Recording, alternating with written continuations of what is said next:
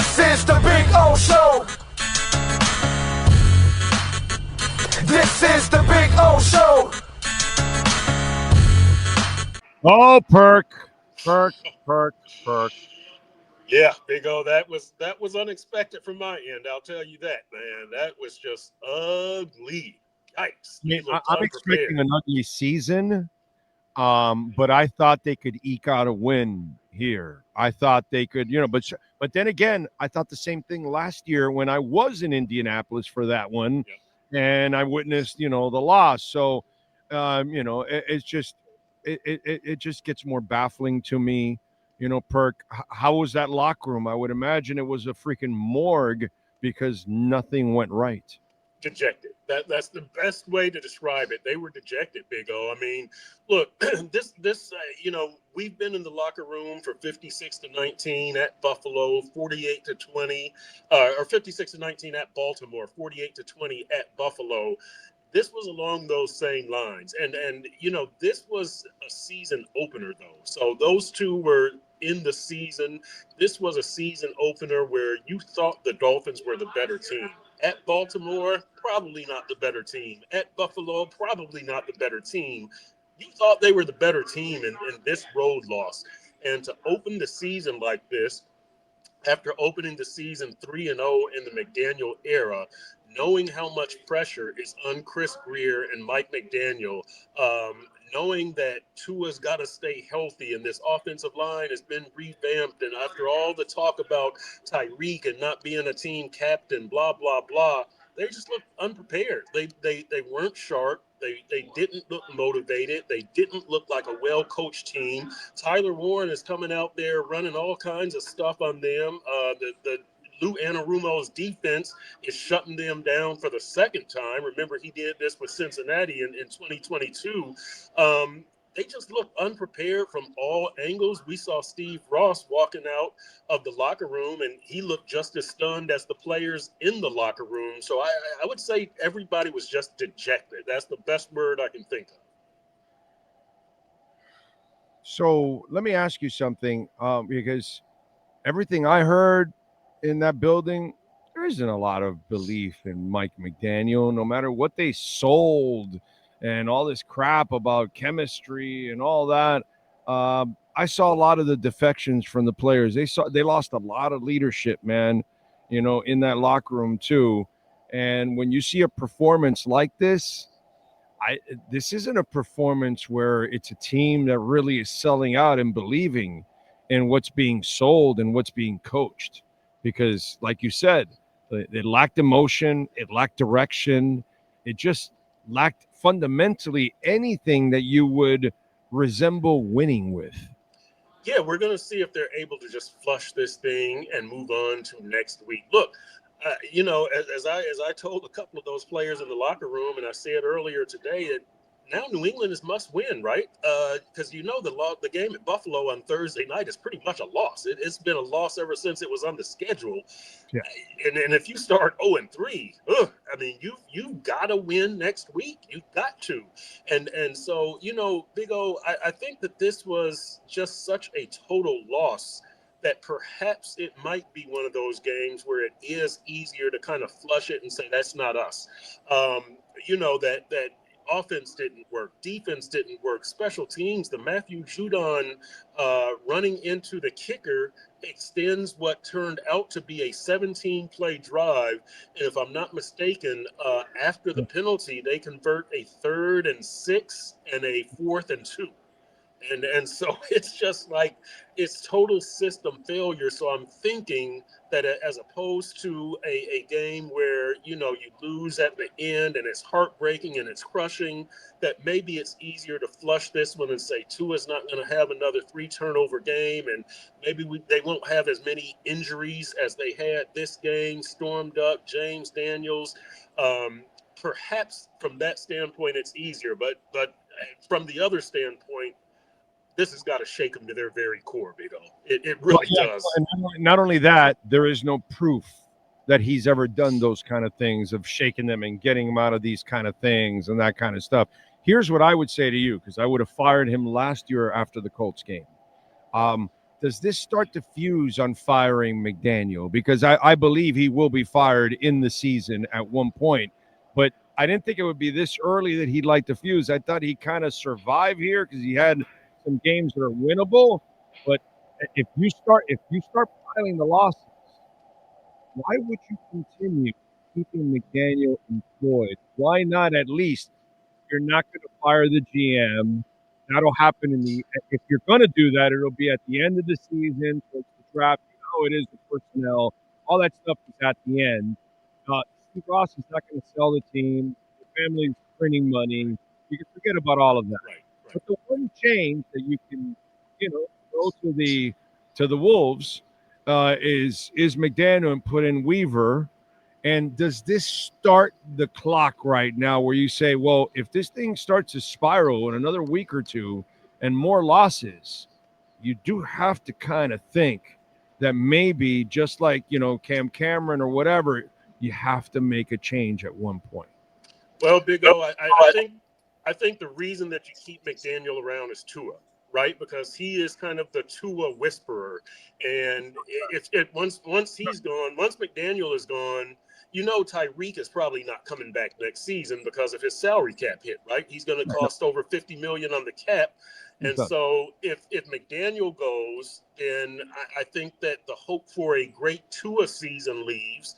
Once that leaves, you might as well get something for Tyreek. And now you're on the road to a rebuild, not a restart, not a soft reset, a rebuild.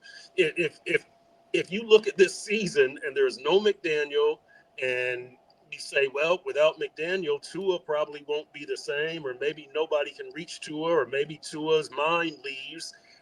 It really starts a whole domino effect. And look, Big O. I disagree with you on that one because let me ask you something. Yep. Why didn't they run the ball at the beginning? Why didn't they use Ali? It's Mike McDaniel. It's Mike McDaniel. He doesn't run the ball. He doesn't run the ball. So here's where you and I are going to completely disagree on this. Okay. He is not a Tua whisperer. If you're a Tua whisperer, you go look at Alabama and you run the goddamn ball, and that's how Tua becomes effective with play action, with a real running game, with fear of a running game. Yes. If you have no fear, correct. But Big O, we've known this. Live without a running game and survive, not win a championship, because that was proven he couldn't win a championship, but he can do freakish shit because he's a freak. Tua's not a freak. He's an elite passer, but he's not a freak. So for these kind of guys, you got to do what you did with Greasy. You got to run the goddamn ball. Right. So you can't be a Tua whisperer until you understand you've got to run the ball to really maximize the statues, the Peyton Mannings, the Tom Brady, right. the Tua Tagovailoas, the Drew Breeses, the statues that can't move. But Big O, we've known this.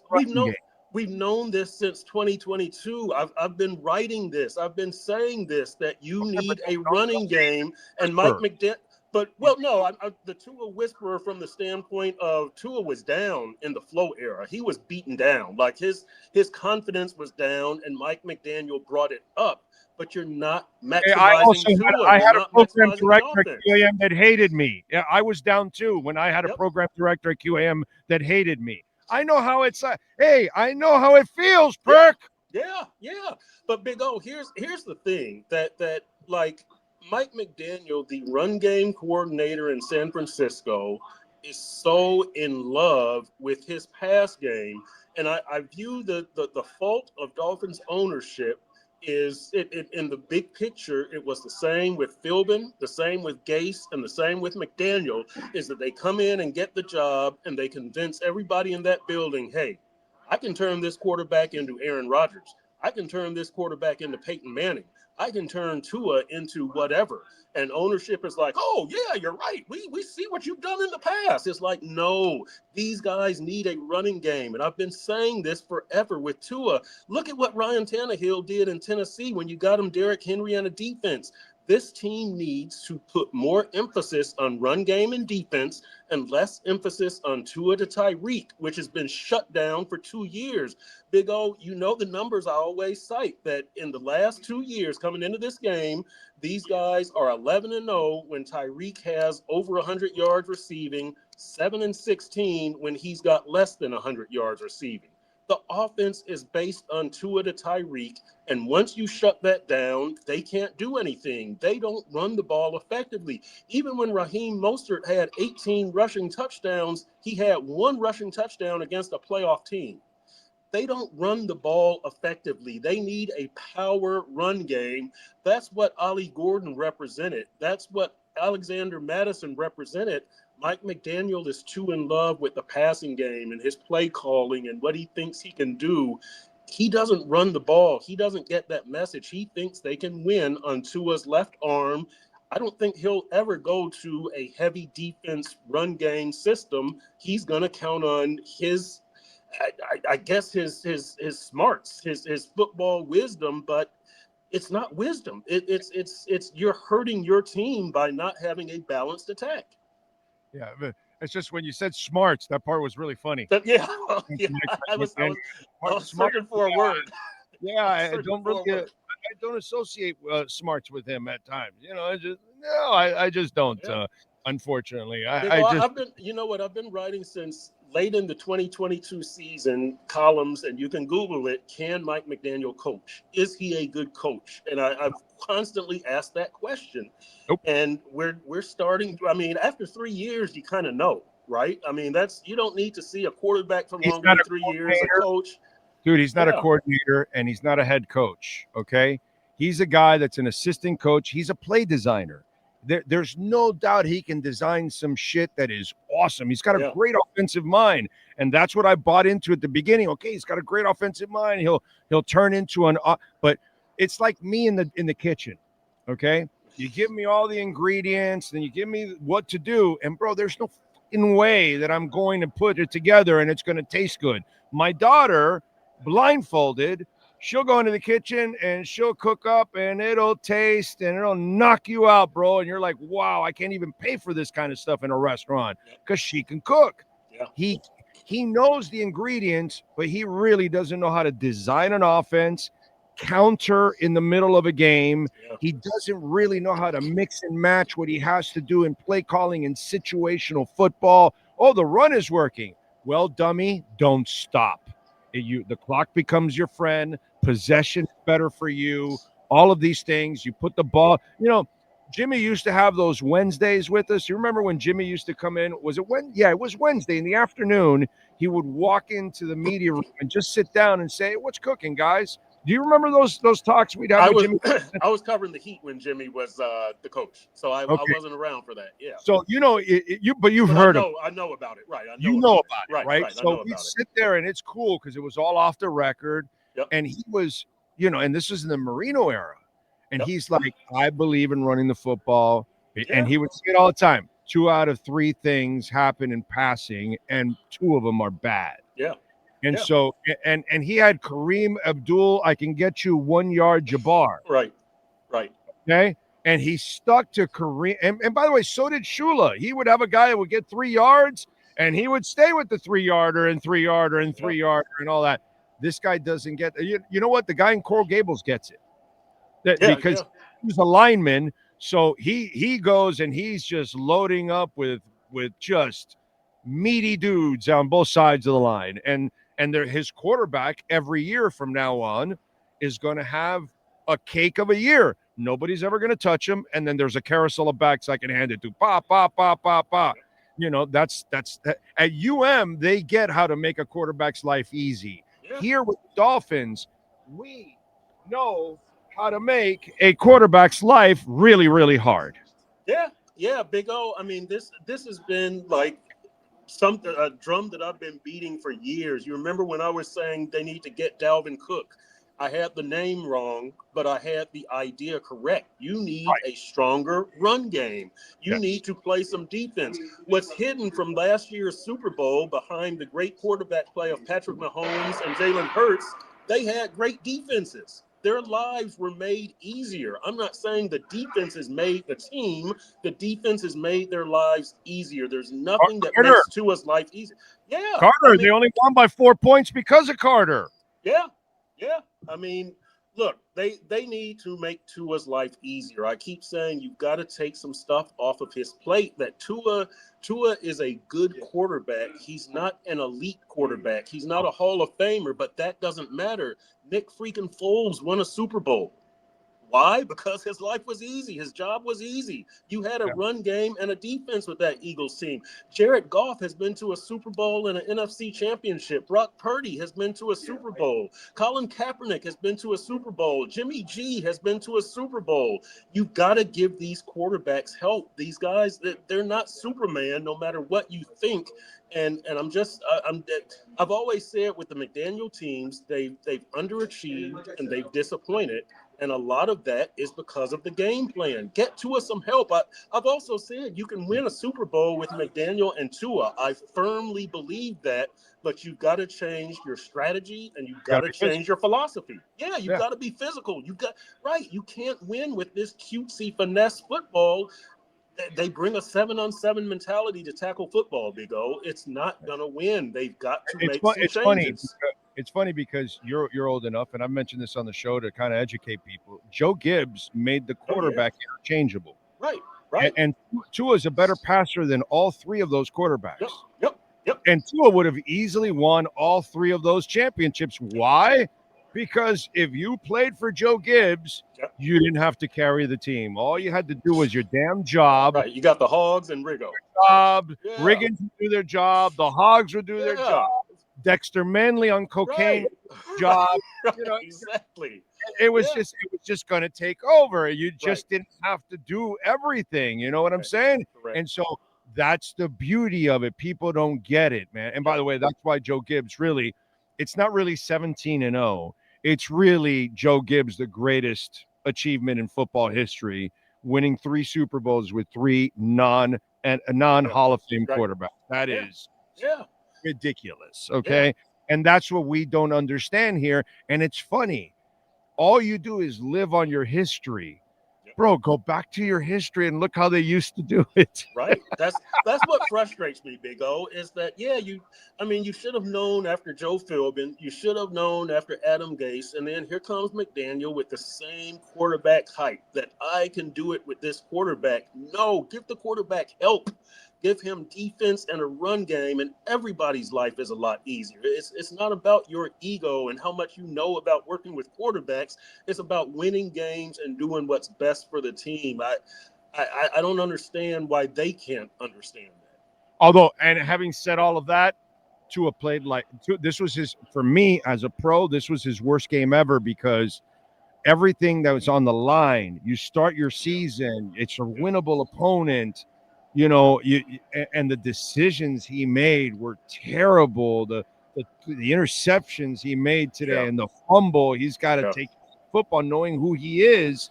He can't be loosey-goosey with the football. He's got to hold it in tight because he doesn't have the kind of body that can take the punishment and all those kind of things. I was super disappointed with Tua today. It was really a terrible performance on his part. Yeah, it was.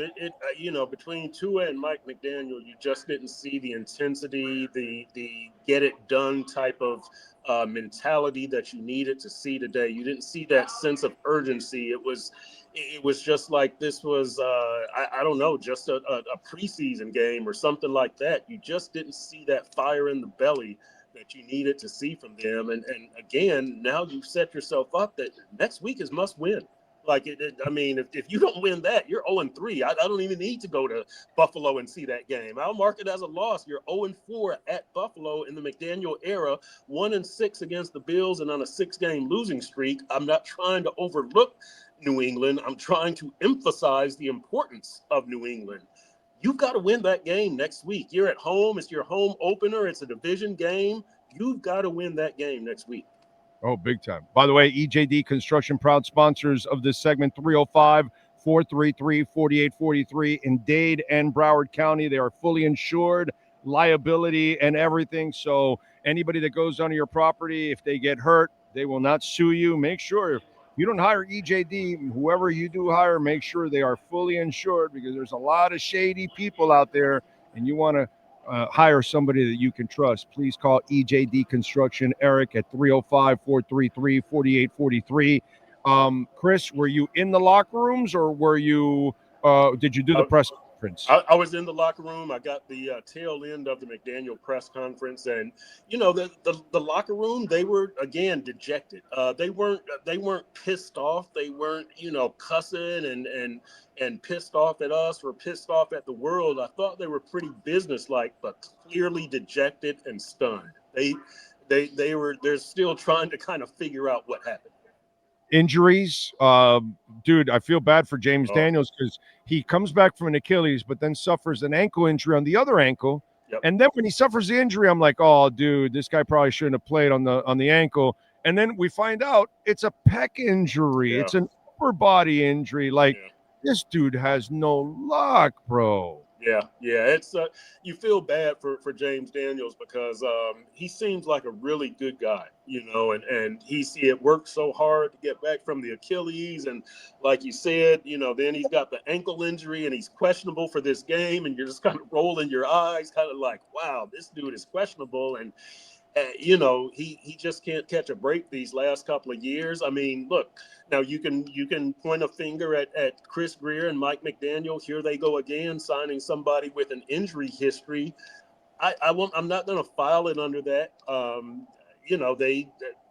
It's just football. I think. I mean, I know that he does have the injury history, but to me, it's just football. I'm not going to file this injury. Did he have an injury before the Achilles? I don't think so, right? No, not that I'm aware of. Right. That's why it's not. Yeah. Dude, he doesn't really have an injury history. What Chris was trying to do, which he did, is to sneak in a 2-year special and get a guy coming off an injury that's a pretty good player and get him cheap for the next couple of years, like he's done with Connor and like he's doing now with Aaron Brewer, and like he's now if Jackson can actually stay healthy, he's not really paying his right tackle a ton of money, so he's I know what he's doing. It's kind of his MO. He doesn't. But it backfires. But this isn't one of those backfires, though. I don't think. Exactly. I agree. Yeah. Exactly. It's just kind of backfired on him, overall. All right. Anybody else in the locker room that you see injury-wise? Because they did suffer a couple of injuries. Yeah, no, I saw Tyreek Hill Jalen Waddle walking out with ice on his left shoulder, but he pretty much finished the game. So I think that's probably a normal bump and bruise as opposed to something that might threaten to keep him out of the New England game. But other than that, I think that they were pretty good. Now, I say other than that, James Daniels and Storm Duck both left the game, and we didn't see either in the locker room. But as ridiculous as it sounds, other than that, I don't know that anybody else sustained anything this week that might keep them out for New England. All right, what are you working on in the Sentinel so folks can check you out, Perk?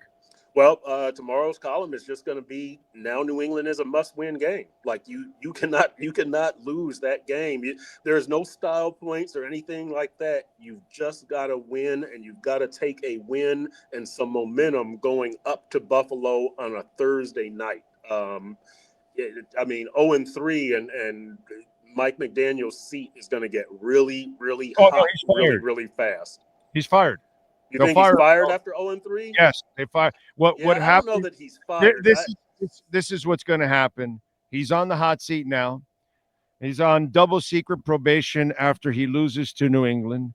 And then they're not going to replace and put Weaver in a short week. So they'll let him sacrifice the lamb for Buffalo, say, okay, well, we made a mistake on the extension. We're moving on. We're going to start with Weaver. You get the Jets after that, though. You get the Jets after that. I mean, the first, 8 games. When do they the Baltimore, Buffalo, Washington starts in week 9, I believe.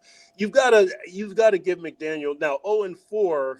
You're done. 1-3 is survivable. 0-4. Not with him. Not with Big him. O, Big O. You keep thinking Spo is coaching this freaking team, dude.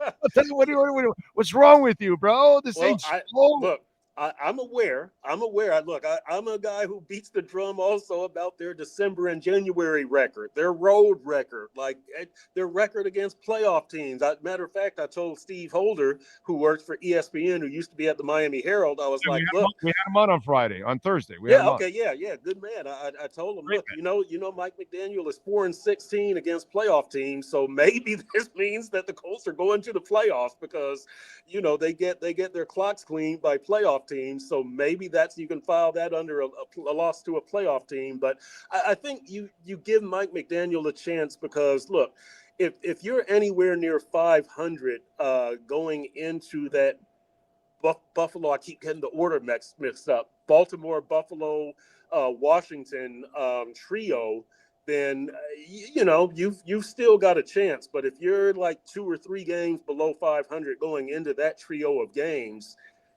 you know, you got to figure you'll probably lose 2 of those games, and you might as well get them out before that. But if you're around 500-ish, maybe you have something going. Maybe you can win 2 of those 3 games, and maybe you're still alive going into December. But yeah, he's next week in the 1 week at a time world. Next week is already a nearly must-win game. Do you have one positive out of this game? Ooh, boy. Yeah, it's only 1 of 17. Honestly, I mean, it's only 1 of 17. Is that really? But you're telling look. Wait, hold on a second. I have Yep. 16 more of these? Very nice, Big O. Very nice. Very nice. I didn't see that coming. Good 35 work. years, baby. 35 years. Good We work. can spin it and spin it. That's right, baby. That's right. Good What work it's all by about. you. All right, Yeah. Follow him on Twitter at Chris Perk. Hey, let me say this. I met Eric of EJD at training camp. Good man. Glad that I'm able to do his segment. He's a good man, so it was good to get a face-to-face with him. Yeah. Great man. He's such a great dude. And, dude, he's such a hardcore Dolphins He's a fan. Yes, he is hardcore. He is. He's good guy. effing hurting right Oh, now. I bet he is. And he's supported us on the show for many years now. So very grateful for Eric and EJD Construction, man. So thank you for the segment as always. Yep. We will catch up next week. Let's hope for some good news, my brother. Yes, sir. All right, Big O. Thank you, Chris. Appreciate you. All right, EJD Construction, folks. Listen, whatever you're looking for, some kind of an extension to your home, you need a new roof, whatever it is you need to do, custom work, you want a TV coming out of the walls, whatever it is, dude, you need to do, they can do it for you. 305-433-4843. Homes only, no condos. Call my guy Eric at EJD Construction, 305-433-4843.